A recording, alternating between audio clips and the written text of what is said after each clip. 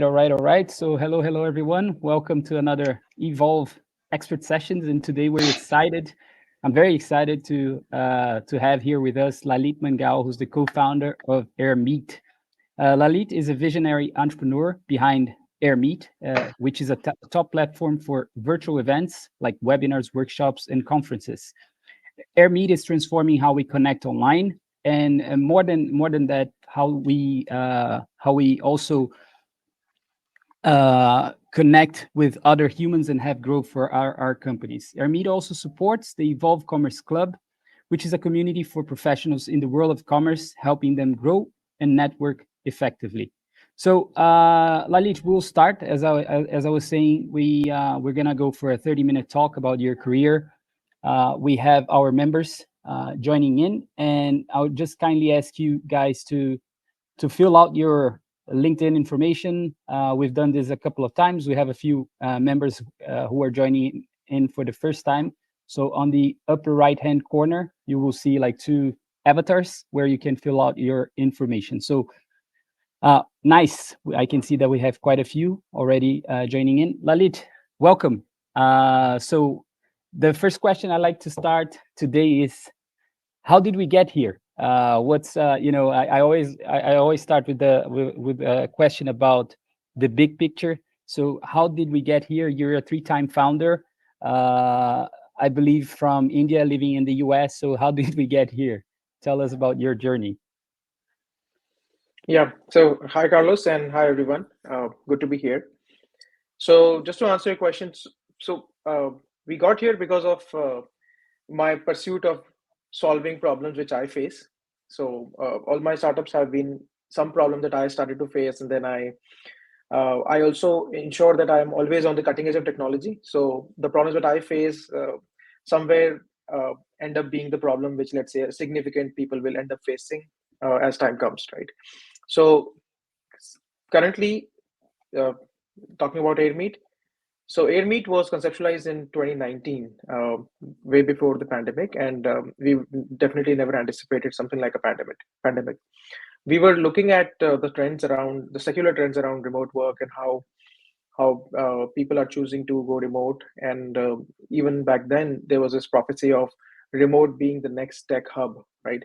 And in our research, we talked to many people who were pursuing remote work, and one of the only challenges that they highlighted in remote work was that they were feeling cut off from the mainstream tech community, which is very much concentrated around big tech hubs like Silicon Valley or various parts in the world. So if you choose to go remote, tend to get cut off. And what generally people missed was interacting with their peers and discovering new things during events. So then we thought, if remote work is going to be a large thing in the future, we should build for events, because events is going to be something which remote workers can appreciate, and it would keep them connected to what's happening in the larger tech ecosystem. So that was the hypothesis, and quite gladly, I think all of it has played out. Even post pandemic, I think the trends around remote work are not, I would say, they're not settling. The people are still preferring to go hybrid, and hence we are continuing to see like a sustained demand. Amazing. So let's talk about.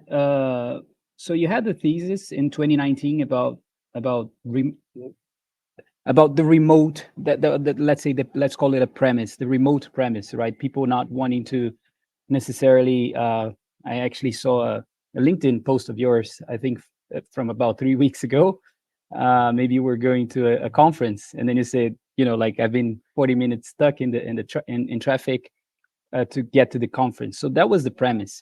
What I'm interested is in. So we had the pandemic, and how did that? Of course, that I believe contributed a lot for your growth, for Airmeet as a company to grow. So perhaps tell us a little bit about that period, because growth was exponential for most people that I know working in digital. Some companies were affected, like people in physical events, right? But in your case, I believe that has contributed a lot. So tell us a little bit about that period of time until 2024 now, where things have sort of, I believe, normalized. So tell us, yeah. Yeah, so it was definitely a period of very high demand for us because almost everybody on the planet wanted to do events virtually. And many of those, in fact, a significant percentage of those people doing events virtually had no reason to do virtually those events virtually after the pandemic has gone, right? So these were typically local bodies, and if you look at the way communities evolve, right? So there is always a geographical component to community. So and most of our let's say users back during the pandemic phase, they were location centric communities or geographical communities who had local chapters. They were doing local meetups. They were not able to do meetups, so they were choosing Airmeet as a virtual platform. So although there was a lot of growth in demand, but I think we were anticipating that post pandemic, many people who exist because of their local nature, right, they would go back to doing local events, and that's what exactly happened. Where we are seeing sustained demand and really good traction is uh, is in the segment which we call as digitally native communities, where there is no pre-association or pre-existing association of a certain location. Um, so these could be customer communities in B2B companies. It could be communities like Evolve, where you have a base of let's say practitioners across the entire both the North American and South American continent, right? So where location is not a very strong aspect of to connecting, there is a strong larger interest which brings people together, and that's what is the pocket where we are seeing sustained demand, and we are going after that. Interesting. So if you're, that's a topic that I'm interested. But before we speak about communities, and that's where I'm actually taking a big note here. Tell me a little bit about how do you see the, because your team is spread throughout the around the world, right? Tell me, can you tell me a little bit about your setup and how do you cope with remote work? Some of the challenges, but also how do you see that how challenging is that? Yeah, so you rightly said we are spread across like four time zones and Mhm. 40 cities across the globe, and so we had followed certain principles proactively. One of that was work has to be async first, right? Which is very different from the traditional way of looking at work. So like pre-pandemic or even today, like people who go to uh, in an office setup to work, over there the expectation is that since the person is in the office, go and interrupt them. So it's sync first, right? So there's a lot of meetings, a lot of discussions. The work centers around synchronous conversations with peers, right? Which is okay if it is very very high intensity environment where you're, let's say, pushing through a lot of, let's say, uncertainties. But we chose that we will go async first, where messaging platforms and video messaging platform, they became our uh, integral part of how we work. And synchronous, and we definitely maintain a cadence of getting together synchronously during all hands and during departmental all hands as well as company wide all hands. So you absolutely need a cadence to meet on a regular basis, and that is when you appreciate a more social way to get up and get together. So a typical all hands that happens on a meeting software, it doesn't allow for organic, let's say, conversations between people, which is again a missing piece, right? So because uh, on a regular basis there are a lot of these agenda centric conversations that keep on happening, so you really need a time where people can come together and some social catch-ups can be facilitated, and that's where again Airmeet shines as a product. Where if imagine a large company which has 200,000 employees, and they practice hybrid work, and in one of their town hall or let's say company wide events, they can actually have a like a 60-minute informal segment in that program, where the platform Airmeet as a platform can facilitate short meetings just to catch up with other colleagues. So that facilitation is a key thing. In a standard meeting software, the facilitation is not there. The standard meeting software is built for people getting people in one room, get one conversation out, and then go. But an events platform is sort of designed, uh, keeping in mind the need for organic interactions and informal catch-ups, and very much facilitated, right? Where someone can express interest in meeting whoever they want to meet, but then the heavy lifting of facilitating those encounters is done by the platform, and that's where we shine as a platform. Yeah, yeah, very interesting. But for example, in your case, do you guys have a physical office, or it's a completely remote setup? Yeah, we don't have a physical office. It's a completely remote setup. Yeah. Hmm. Yeah, I have a client. They have a complete remote setup as well. And one of the things, and I mean, it's like it or hate it approach. But for example, in their case, it's a virtual office, which means that it's kind of like I mean, they can see, they can. I don't want to use the word control, but it's pretty much what happens. Like if people are online or offline, and I'm very curious about how do you guys, maybe the word in English isn't manage, but how do you keep things running in that sense? You know, you mentioned about the async policy in your company, but I don't mean to be pushy, but I find it very interesting, this sort of approach, because in my case, well, this could potentially become a business as well, but it's a real challenge for me to deal with the time zones. Like we have people in Canada. Dominic here is in Canada, but we have people in Brazil as well. But for example, Dalia is in Egypt. Dalia is a dear member of ours. She's based in Egypt, and in Egypt, I think they're 1 or 2 hours ahead of Denmark, so pretty late now. And for me, it is a challenge to cope with the time zones, and I'm interested in how you guys deal with it. Yeah. So as I said, right, so you have to be very deliberate about collaboration and uh, you know involving Mhm. your coworkers. So uh, coming up with like a default expectation that it will work as normal as a in-person setup will work, those expectations will significantly disappoint people. So you have to really change the expectation. You have to get accustomed and rather design your way of work in the new setup, which is, let's say, fully remote. And particularly the time zone is the is one of the big challenges. Another big challenge is that in a remote work or a hybrid work setup, people actually settle into different work routines, right? So I have colleagues who prefer to start early and then take a midday break to work out, and then they might again resume the work later in the day. And then there are some people who are like productive 9 to 5, right? So everybody would then settle into their own way of working because they want to bring their best self to work, right? So, and remote work allows you to do that, right? It allows you to achieve a new work-life balance. It allows you to basically work on your personality 360 degrees, and which is very good, right? All of us have always wanted that, and it allows us to do that. So uh, routines are also another dimension on which, let's say, work has to be redesigned on. And that's where Mhm. I think async first is very important.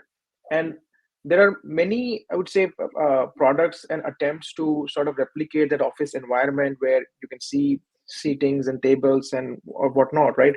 That sort of mimics the in-person setup. It works for a smaller team which is almost on the same time zone.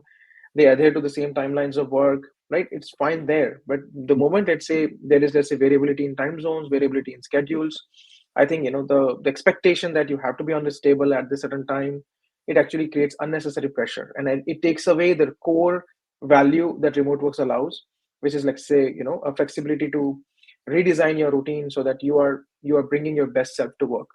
So I would say, principally, you have to make sure that your work is async first, and then have cadences to sync up regularly, right? So double down on video messaging, double down on document sharing, bring a lot more structure to, let's say, thought process. And there'll be a little bit of a hard work in terms of thinking through things before you discuss, well, structure definitely, it's like it's anti-entropy, right? We by default go into entropy, and structure is anti-entropy. So it takes work, but I think if you get that as a habit, as a culture, I think it really works. What I'm finding is that the conversations, they have to be way more like thought through before, and then you create a structure so you know what you're actually discussing about, and you want to be also because I find it that the remote setup, it can be very energy consuming, you know, because I have to be paying attention at what you're saying. And that's what what I'm discovering, like, since the pandemic. Um but it's very interesting. Another thing I wanted to ask you about, and Lalit, is okay. So we had the pandemic, exponential growth, and now in 2024, how do you see the market? I want to talk about communities and growth, because that's a very important word. I find it. But what's happening in your view in the market of events? Yeah. So I think what we have now, uh, let's say, arrived at is an expectation of a continuous engagement paradigm. So it is no longer about that one major event that happens in a year and then see you later next year. That's not the expectation. The expectation today is, as domains are evolving, as things are changing, almost on a daily basis, there is something new that is happening in the world of knowledge economy. So you expect your community managers, your community champions to keep you updated almost on a continuous basis. So we see communities and even companies, or it could be media companies, or it could be B2B companies who maintain a engaged audience. They have to adopt this continuous engagement 365-day engagement schedule. And over there, it's going to be a mix. It's going to be a mix of newsletters. It's going to be a mix of on-demand videos. It's going to be a mix of synchronous, fixed schedule for recurring webinars, regular masterminds. It's going to be, local events, small VIP or small catch-ups, and also one semi-annual or annual way to catch up. So it's going to be a mix, and that's what we have settled on as a in some sense as a human society, right? So pick any community, you'll see that they have a year-long calendar of engagement, and which has in-person, large format, small format, virtual, large format, small format, and asynchronous and synchronous both, all sorts of content mixes. Interesting. You mentioned a very interesting word there, which is, let's say, the rise of community and community managers. You spoke about community managers, and you work with world renowned organizations such as Ford, CNBC, Paramount. At least I could see that on your LinkedIn. And so, do you see that these companies they've been running communities for a long time, or do you see that community is something, at least in the sense of a profession, is it something new and up and coming today? How do you see this with your clients and in the world of events as well? Yeah. So many of our large logo customers, right, like the names that you mentioned, they are they're basically nurturing a community of their constituents. So these constituents could be partners, could be prospective talent, could be current talent that they have, right? So essentially the sense of community is ability. So community essentially is a mutually beneficial coming together of a group, right? So even in case of traditional employment, right, where a group of people are working for an employer, right? So if it is a one-way relationship in terms of, let's say, value exchange, then it is not a community. But today's modern employers, they want to nurture, a more, let's say, a sense of where they are also investing into the employees, let's say, growth and scaling, and employees are also investing in each other's growth and scaling. So internal communities are also a big thing which large employers are very keen on nurturing. But back to your question on community managers as a profession, I think it has always existed, right? But I think the nature of the job is changing. The fundamental need for community is the need for learning, right? And the need for learning, and community also is a very, I would say it's a term which has been loosely used for a lot of things.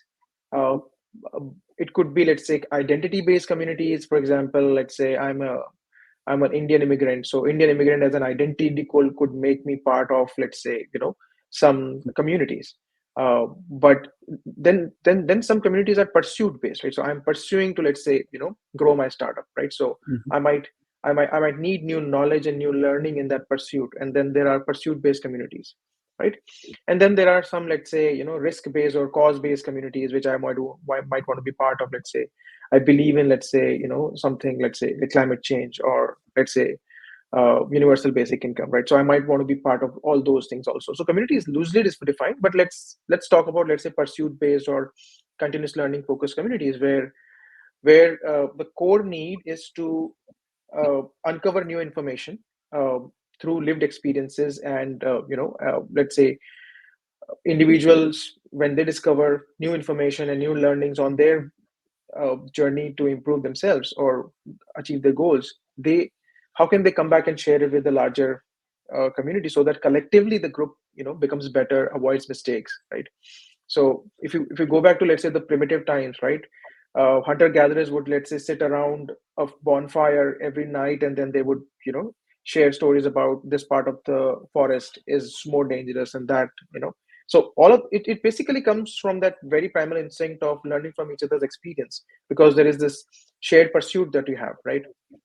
So I would say it has always existed, but the nature of it has changed because our interests are global. Our interests are not no longer defined by a certain geography, right? Because, for example, like, just take artificial intelligence and what should be built in artificial intelligence, right? The entire, let's say, every part of the world, every country is participating in that, right? So if you want to create, let's say, a community of just AI developers, or scientists who are pursuing, let's say, new artificial intelligence, or say MLL models, so you really have no particular geography where they belong to, right? So you might have them all fly down to a city for once a year, but then if you were to nurture that community on a continuous basis, you really have to evolve to new way of engaging, which is significantly digital. Fantastic, fantastic. We have actually Dominic. Dominic is in Canada, and very interesting background. So Dominic, I'm going to put you on stage. I'm going to hand you the mic. Welcome. Sure. Thank you Uh, so much. of Can course, you hear man. me? I'm I'm Yeah. I'm having a little challenges with the connections. We have a thunderstorm, so I'm not sure my camera will go on. Lily, pleasure to meet you. Quick question, because I always convert any conversation into elevator pitches. Just whatever. But if you had, like, 2 minutes in an elevator to talk to people and say, what are my three guiding principles of Airmeet versus anything else, right? And I hate to put you on spot, but it's just like, what would those three guiding principles be with it? Because there's a lot of different softwares, different platforms that have come out there since the pandemic, like you had said, right? Zoom, Teams, and so on and so forth started getting elevating in status in terms of remote access and remote work. I've been doing remote operations for the past 15 years. So, I was glad to see that. But if you had, a 2 minute elevator pitch in terms of two or three fundamental key principles that Airmeet offers, what would those be? I know it's a tough question, but I always like those Yeah, no, elevator no, no, pitches. no, absolutely, absolutely, yeah. So our unique selling propositions, I would say, maybe the way I understood this is, what is Airmeet's unique selling proposition compared to all the other platforms out there. Correct. So our one of the main unique selling proposition is interaction facilitation, right? So uh, when I say facilitation, we basically facilitate more people to people interaction in anything that is happening on Airmeet. So if that is on your mind when you're trying to do an event, Airmeet it should be your preferred choice, right? Hmm. And these are facilitations in terms of one-on-one networking during the speed networking activity, or more organic, group, like fluid kind of interactions where people can join any conversation that is happening on a space. We also have a modality for that, right? So interaction facilitation is one of our unique selling proposition. Second is engagement facilitation. So engagement facilitation is where, let's say, if there is a panel discussion happening, so how can participants engage much more easily in on the organizer to, let's say, one to many conversation that is happening, just like this one, right? So you could jump onto the call very easily, right? And you could also post a question. Other people could post, like upvote that question. It's a dimension that we are innovating on. Very soon there will be, AI generated questions which you can upvote on, right?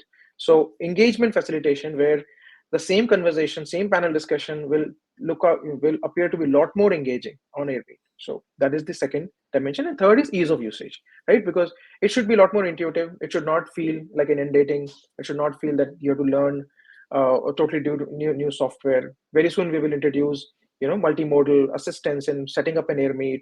And also when you're trying to navigate a conference that is happening on Airmeet, you will have those AI assistants also. So these are the three unique selling propositions. And obviously, data happens to be like a table stakes. Like all of what happens in your event, you should be able to make really good data sense of it and utilize the data to, do better job on your next event. So that today is the same table stakes, but also, we believe that we have an edge there as well. Perfect. Thank you. My next question. Sorry, Carlos. I two questions. Go ahead. So when you look at areas like Zoom and all that, right? Zoom have the automatic link, and I know it's not the same type of principle in terms of Airmeet, but in certain areas it is, in certain areas it's not. Zoom has that auto connect feature with Outlook and so on and so forth. And again, I haven't gotten all those details with Airmeet. Can you tell that I'm European? I speak with my hands.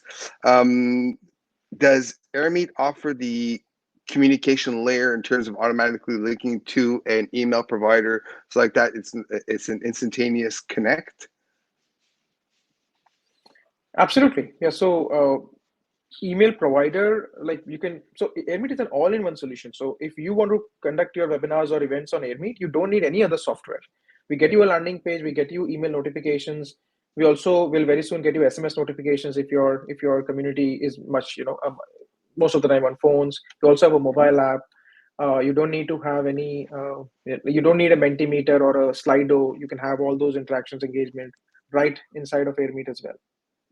And if you have CRM softwares or third-party software, we have native integrations as well as Zapier. Through Zapier we have integrations with close to 160 applications. So it's an all-in-one suite. Mhm. Excellent.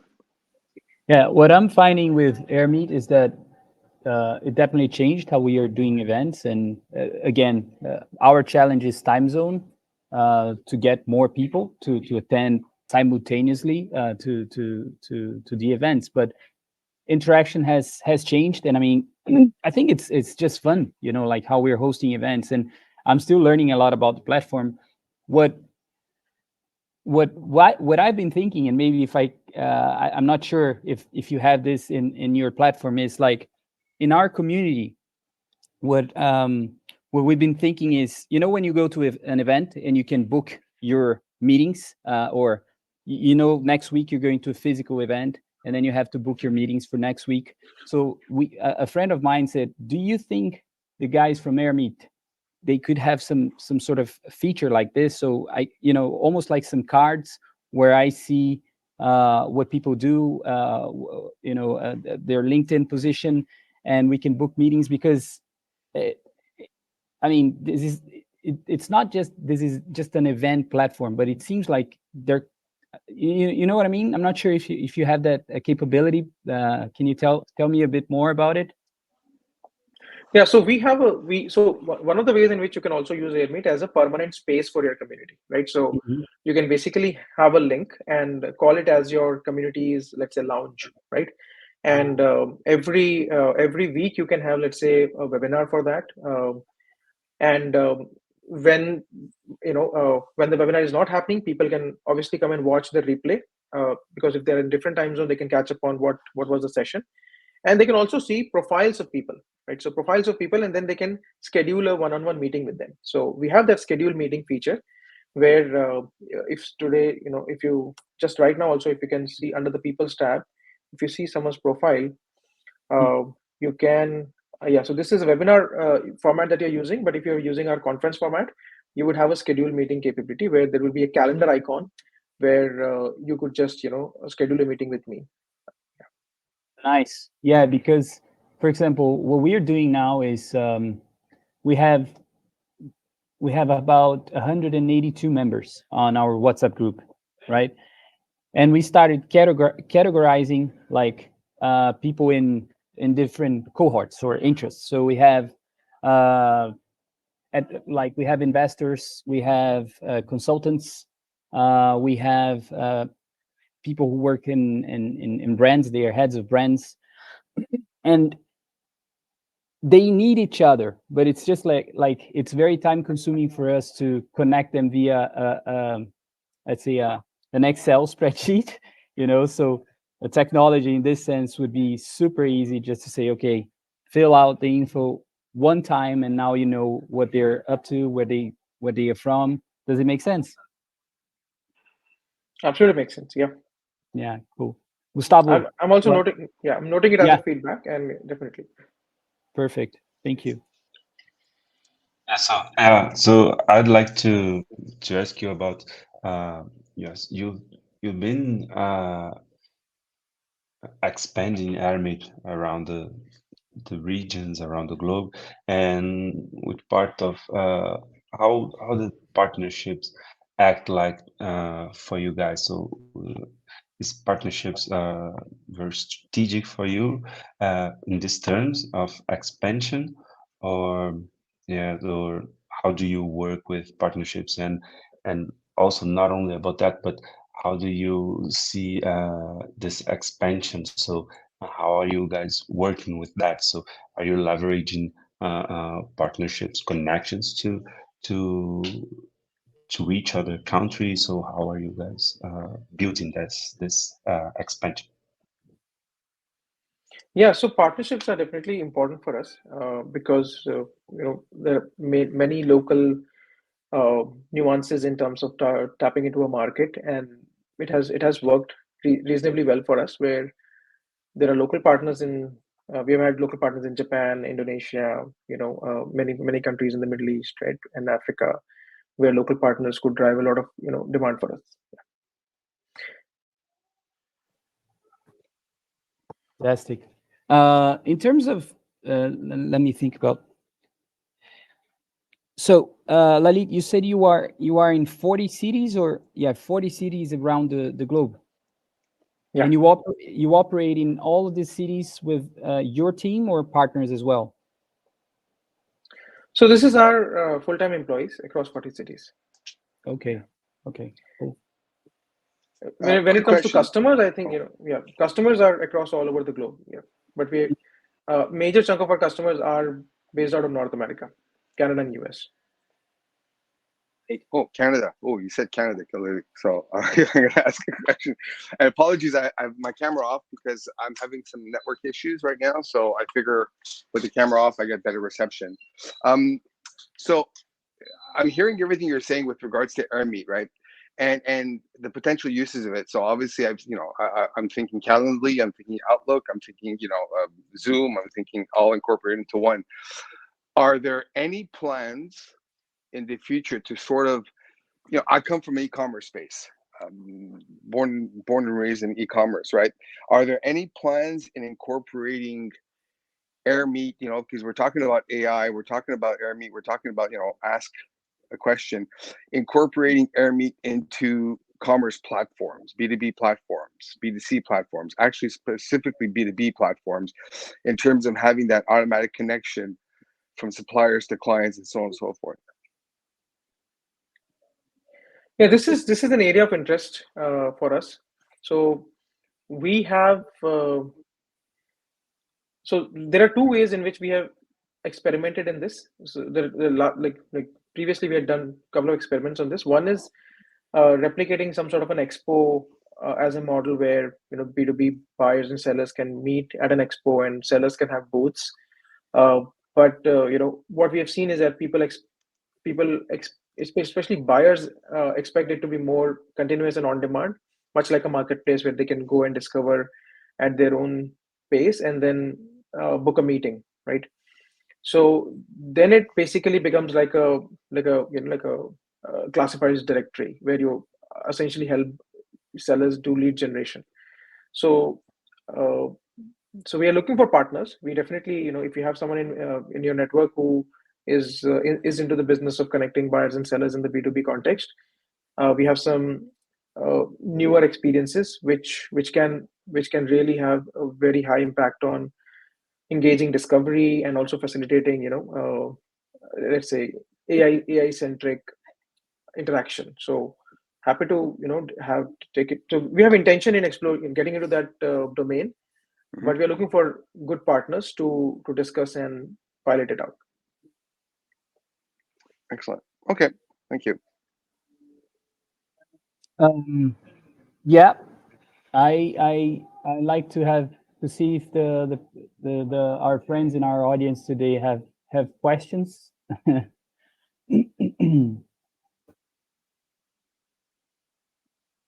Let's see.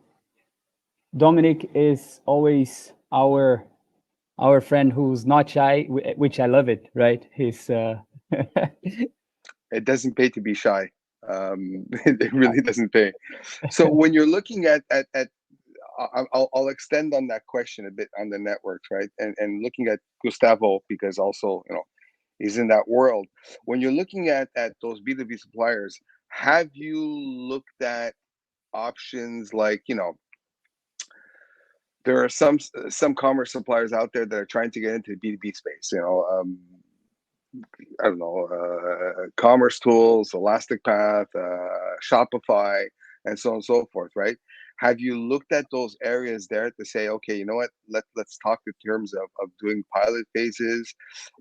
There's also, the conferences in terms of, I'm just trying to see, like, because you're in 40 countries, 40 different areas, right, and expanding globally, and I see this as a potential open space because Airmeet seems to handle, like we were saying before, Calendly, Outlook, ChatGPT, sort of, right? Searching, messaging, and so on and so forth. Have you really gone into those areas and tried to see, well, let's talk a bit more about how we can incorporate Airmeet into those avenues? Yep. So we can definitely catch up offline as well, where I can share some product visuals and things that we are experimenting on. But I think at the core, facilitating connections is, as I said, is one of the core values for our product. And B2B B2B buyers and sellers, they are looking for connections, right? So for growing their business and for doing commerce. So it falls in our mission, and so we don't want to get into, let's say, giving them another storefront, because that is a solved problem. People have their website, Hmm. people have their Shopify storefronts.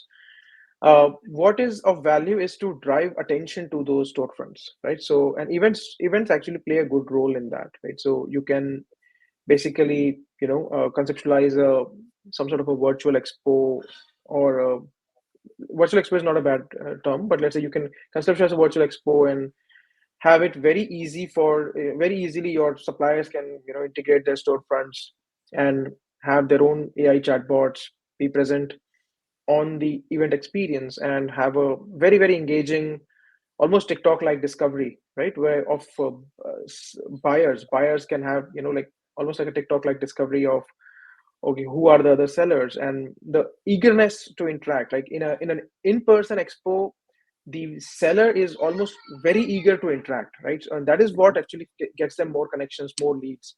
So virtually, that eagerness to interact cannot be exhibited. So we are working on some user interface innovations where that eagerness can be brought about, and as a seller you can actually get more meetings, more eyeballs, and essentially more business. Yeah, I'd be interested to chat more because I'm just thinking about a lot of concepts. I mean, we're talking about commerce plays, obviously. We're talking about trade shows. Um, some ideas come up. We're talking about virtual WeWork sort of sessions and all of that. So there's a lot of openness and possibilities out there. So, okay. Mhm. I guess we can. I already sent you a LinkedIn request, so we're good there. Sure, happy to connect. Lalit, I have a question about maybe you have a story of a great air meet space that you could share with us. Something that happened that was completely unexpected, and then like some business cases, some great stories. If you don't mind sharing, that would be cool to hear. Yeah, of course. I'll not take the client example, but there is a very large company based out of North America. They are undergoing a digital transformation from a traditional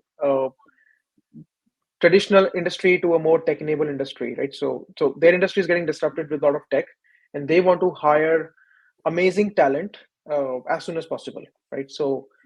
And they're struggling with employer impression, employer branding. So traditionally, any tech employee would look at that company's name and they say, are they into tech? They would not even know that what kind of innovative technology projects that is happening.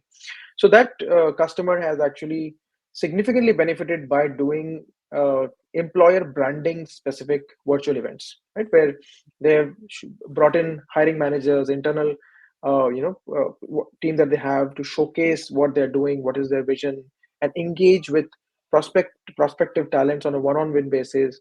And that prospective talent right now is across the globe. They're willing to fly down and work into the location, but then the first contact that happened virtually resulted into a clear impression about what the company does, and they actually benefited quite a lot, right?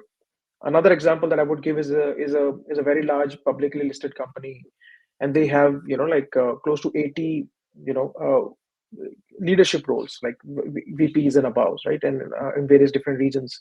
And when they do internal events, they really want to get a pulse of like how was the message taken, right? How was the communication taken? And in any, let's say, public setting, uh, people hesitate to communicate, right?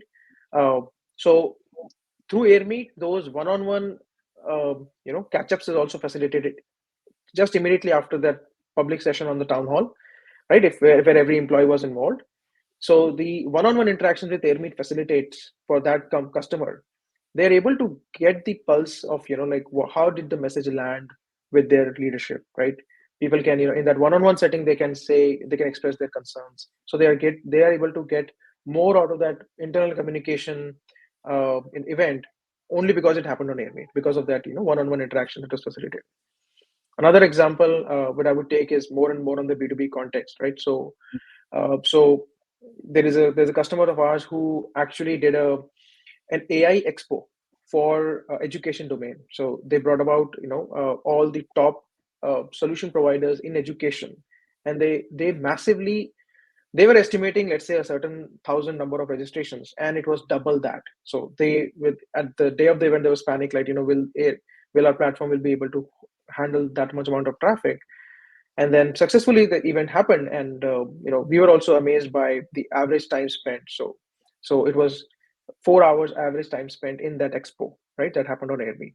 So there are many such success stories, and people actually underestimate the power of virtual, because what they see is that they compare virtual with physical definitely has its own charm, right? But there are so many things that are possible digitally and virtually that it makes sense to continue to invest in this channel as well.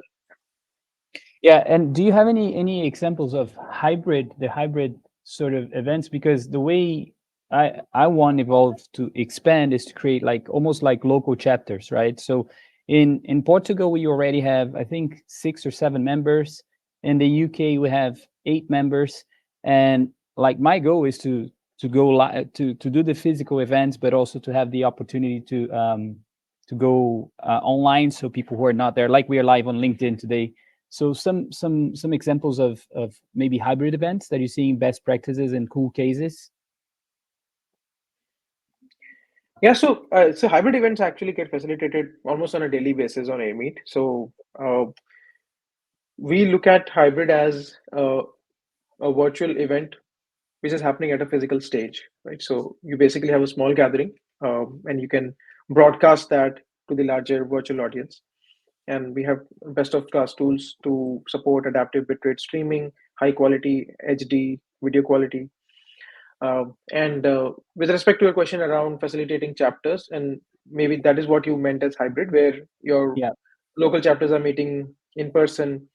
So that is something that is something that we're working on, where a customer of ours can actually bring all their events on Airmeet. So we very soon will give you event hubs which you can expose. So like it will be something like evolve.airmeet.com. It's basically some sort of a microsite that you can manage, and you can have all your events listed, virtual or in person, and all your chapter owners will have accounts, and they can post an event and get a permanent link for that landing page, and they can share it with the local communities. And underneath there's this one audience base that you're managing, which is global. You can also filter and you can slice and dice based upon chapters on or many other dimensions, but you'll have this consolidated audience base across all your chapters, and you can see engagement signals, what is working, what's not working, which city does make sense to actually go and do a roadshow in.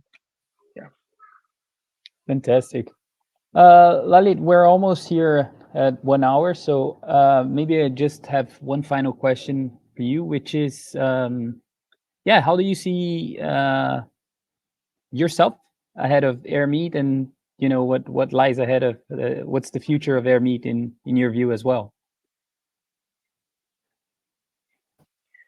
Yeah, so the future of like Airmeet is definitely around being the one-stop shop for let's say audience engagement. And I'm using the word audience because uh, it could be an internal audience, it could be an external audience, it could be your committed community, right? But you cannot what you cannot avoid is investing in engagement, because if you are not engaging your audience, your competition is engaging your audience, right? So you really have to up your game on audience engagement, and Airmeet wants to be that one-stop shop, right? Because lot is possible through AI. Lot is possible by harnessing AI to understand everything that is happening in your engagement mix, so that your game can be up leveled, right? So people don't want different solutions, because what happens with different solutions is that your data gets lost in the crack, and you're not able to get your get your best game out